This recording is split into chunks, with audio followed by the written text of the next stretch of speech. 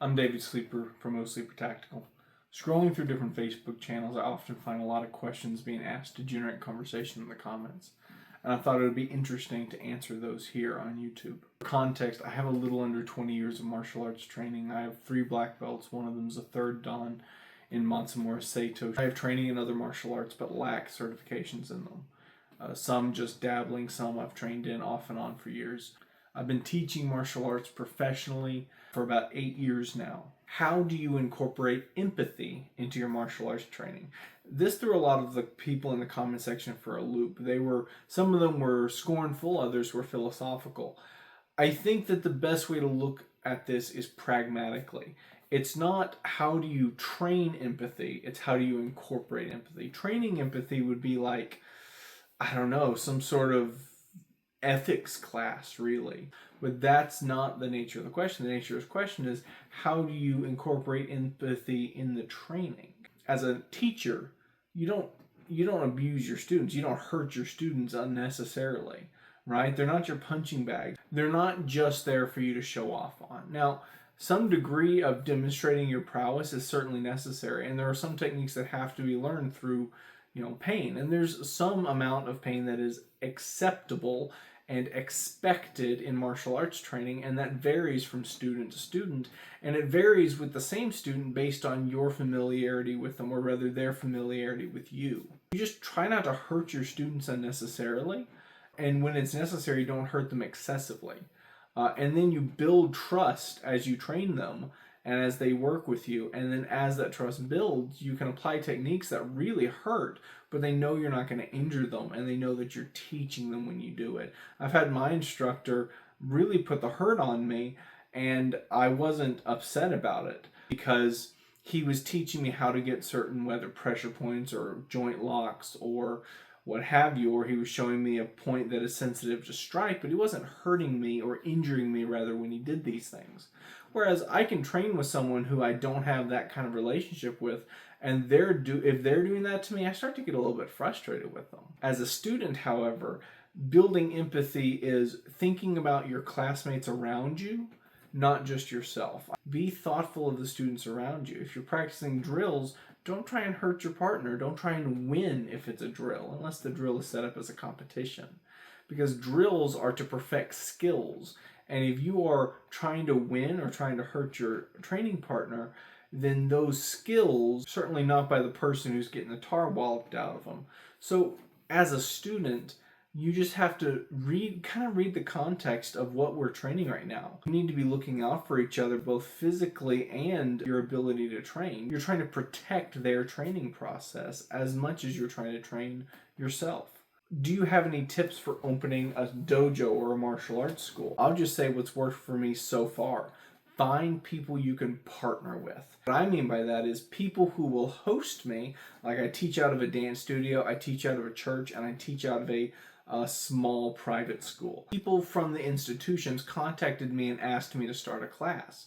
And in each of them I did. These people will help you promote, because if they're getting paid by you to host you, and they're getting paid out of the students that are paying you, right? If it's not a flat fee, but they're getting a percentage, or however you work that out, they're getting paid when you get paid, and they have a dog in the fight, and they have a reason to want to see you succeed.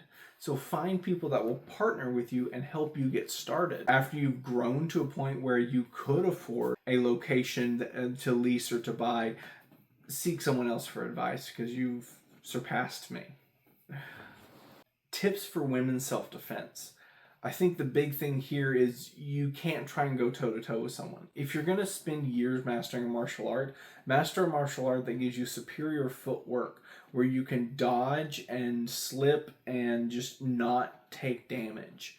According to, be it legend or oral tradition, however you want to frame that, the person who started White Crane Kung Fu was a woman who did just that. My instructor Marlon was told by Master Lindsay, who's, I don't get money for this, whose book I highly recommend, Okinawa no Got No Dog in This Fight.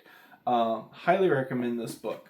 Sensei Lindsay told Marlon, who's about a 5 foot, let's say 5'7", I don't know how tall he actually is. He's shorter than I am, and very thin.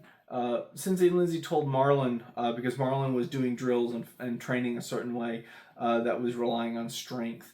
And Sensei Lindsay said, Marlon, you're a crane. You ain't ever going to be a tiger. And this is riffing on the animals of Shaolin Kung Fu, where you have the tiger, which depends on strength and torque and the use of its powerful swings or swipes or hips. And so you have tiger fighting, where it's muscle and strong base. It's a young man's game. And then you have over here, it's crane, which is all about precision strikes and dodging. The crane will just fly away if she's ever threatened. And so Marlon was being told, fight like that. And I've had female students that I've told fight like that. Like there's this one young lady I've taught, and hopefully after she gets done with her schooling and moves back to the area, I can train her again.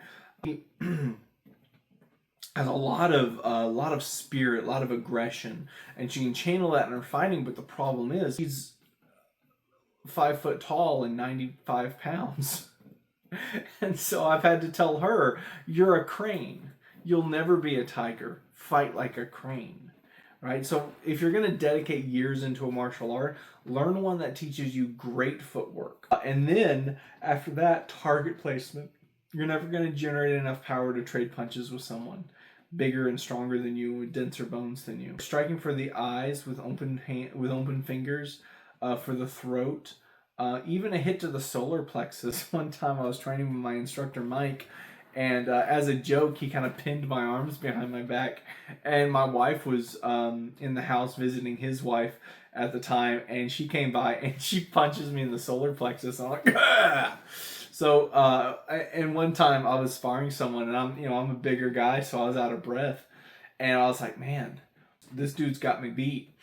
And I punched him in the solar plexus, not enough to drop him to the floor or anything, but I punched him in the solar plexus so that he was in the same boat I was in, so that he couldn't breathe just like I couldn't breathe, and I leveled the playing field. And so I'd say learn targets. I tell people the groin, but I tell people the groin with a serious caveat of men have had this intensive training routine from 6th grade to 12th grade of their friends trying to hit them in the crotch.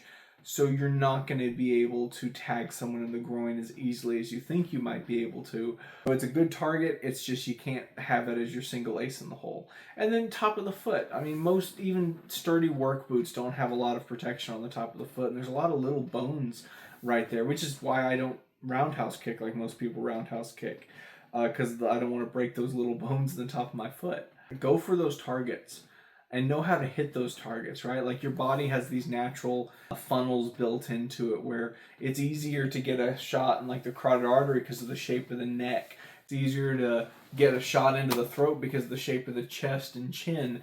It creates a funnel into those shots, If you reach out and you touch someone's ear, your thumb is already in their eyes, which is why boxers would, if they would cheat, they would stick out their thumb and punch to the side of someone's head to tag someone in the eye. Learn to cheat. Learn to hit those targets that you can't build up muscle to defend. You can't build up muscle to protect your eyes, your carotid artery, your throat, your solar plexus, your groin, the top of your foot. If you're able to not get hit by learning good footwork, I pray you do, but I know a lot of women are looking for a quick fix, not a long martial arts commitment. At least learn the targets where you can drop someone, and then if you live in a country that lets you carry pepper spray, a knife, a gun, something like that to protect yourself.